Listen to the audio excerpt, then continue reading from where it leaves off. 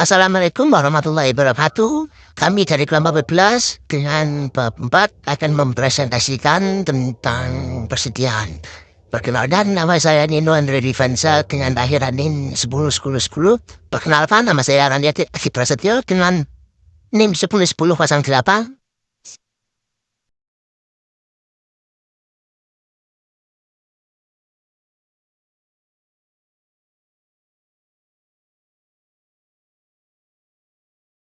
Oke, pengertian persediaan. Persediaan merupakan barang-barang yang dimiliki oleh suatu perusahaan yang diperoleh dari pembelian atau dari hasil produksi sendiri dengan tujuan untuk dijual kembali kepada konsumen. Persediaan meliputi segala macam barang yang menjadi objek pokok aktivitas perusahaan yang tersedia untuk diolah dalam proses produksi atau dijual.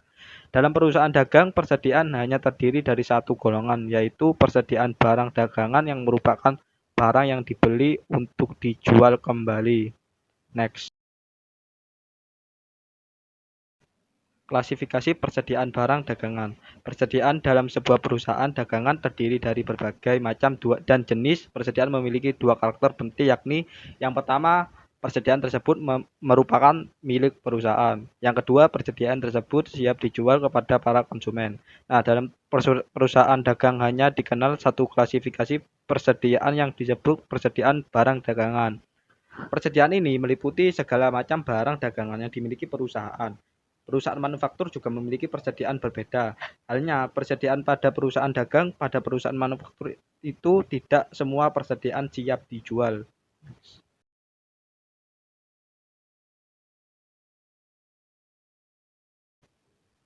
Jadi di sini saya akan menjelaskan jenis-jenis persediaan. Nah, yang pertama ada persediaan barang mentah. Apa sih persediaan bahan mentah itu? Jadi persediaan bahan mentah adalah persediaan bahan baku atau barang baku yang digunakan untuk diolah yang nantinya akan diproses menjadi barang jadi. Nah, bahan baku ini dapat diperoleh dari sumber-sumber alam ataupun dibeli dari supplier atau perusahaan yang menghasilkan bahan baku bagi perusahaan pabrik yang menggunakannya. Yang kedua ada purchase part komponen atau persediaan komponen. Nah, persediaan komponen ini merupakan persediaan barang-barang yang terdiri dari komponen-komponen yang diperoleh dari perusahaan lain, di mana secara langsung dapat dirakit menjadi suatu produk tertentu. Yang ketiga ada persediaan dalam proses. Persediaan dalam proses ini adalah persediaan yang telah melalui proses pertama dan harus melalui proses selanjutnya untuk menjadi persediaan barang jadi. Nah, yang terakhir ada persediaan barang jadi atau terkadang disebut finished good.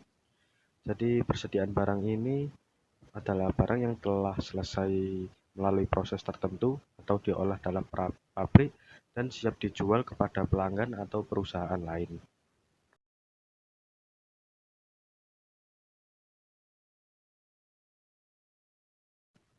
Tipe persediaan. Nah, tipe persediaan ini dibagi menjadi 5 bagian. Yang pertama, mempunyai informasi persediaan yang meliputi informasi kuantitas atau cost atau unit dan tempat barang disimpan yang dapat ditelusuri. Yang kedua, barang tersebut dibeli untuk stok dengan tujuan untuk dijual kembali kepada pelanggan. Yang ketiga, histori dari barang tersebut dapat ditelusuri. Yang keempat, pencatatan barang tersebut mempengaruhi akun tipe persediaan. Yang kelima, jika barang tersebut dijual, maka harga pokok penjualan dari barang tersebut dapat secara otomatis dihitung sesuai dengan metode perhitungan harga pokok yang digunakan, apakah metode FIFO atau average.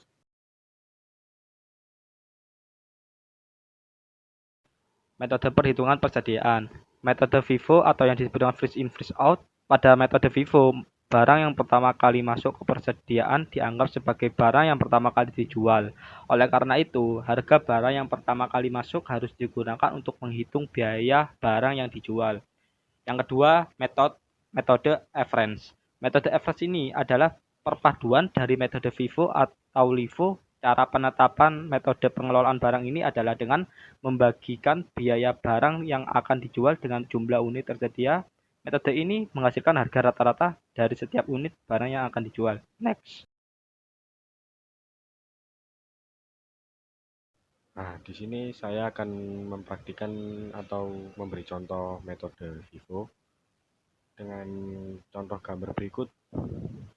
Nah, gambar berikut merupakan cara menghitung FIFO pertanggal 31 Januari 2018 yang menghasilkan sisa produk sebanyak 150 buah. Biaya untuk 150 produk tersebut akan dihitung berdasarkan biaya perolehan terakhir. Nah, cara menghitung dengan FIFO yaitu mengurangi biaya 5.880.000 dengan biaya 3.250.000 yaitu persediaan 31 Januari 2018. Sehingga hasilnya akan tercantum dalam perolehan terakhir harga pokok penjualan atau disebut HPP.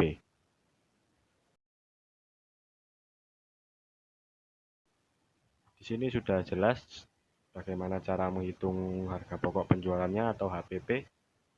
Yang pertama kita masukkan persediaan awal 1 Januari yang berjumlah 2 juta. Dan yang kedua pembelian tanggal 10 dan tanggal 30 yang bernilai 1.680.000 dan 2.200.000. Nah, hasil dari pembelian tanggal 10 dan 30 tersebut kita jumlahkan dan kita masukkan ke dalam tabel yang akhirnya menjadi 3.880.000. Nah, dari persediaan awal dan pembelian tersebut kita jumlahkan menjadi 5.880.000 atau yang bisa disebut dengan biaya barang tersedia untuk dijual. Nah, yang keempat kita akan masukkan persediaan akhir tanggal 31 Januari yang bernilai 3.250.000. Nah, yang terakhir kita tinggal menjumlahkan biaya barang tersedia untuk dijual dan persediaan akhir tanggal 31. Jadi kita jumlahkan 5.880.000 ditambah 3.250.000 yang hasilnya menjadi 2.630.000. Nah, yang kedua kita akan menggunakan metode average atau rata-rata. Di sini kita menggunakan soal yang sama ya. Jadi apabila menggunakan metode average, contohnya adalah persediaan akhir sebanyak 150 buah dihitung dengan membagi biaya 5.880 dengan jumlah produk yang tersisa yaitu 280 buah.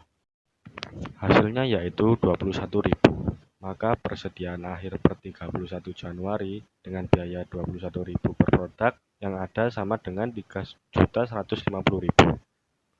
Kemudian kita akan kurangi biaya 3.150.000 dengan barang yang akan dijual yaitu 5.880.000. Hasilnya akan menjadi HPP atau harga pokok penjualannya sebanyak 2.730.000. Apabila kurang jelas bisa dilihat di gambar di atas atau di soal sebelumnya yang sudah saya cantumkan.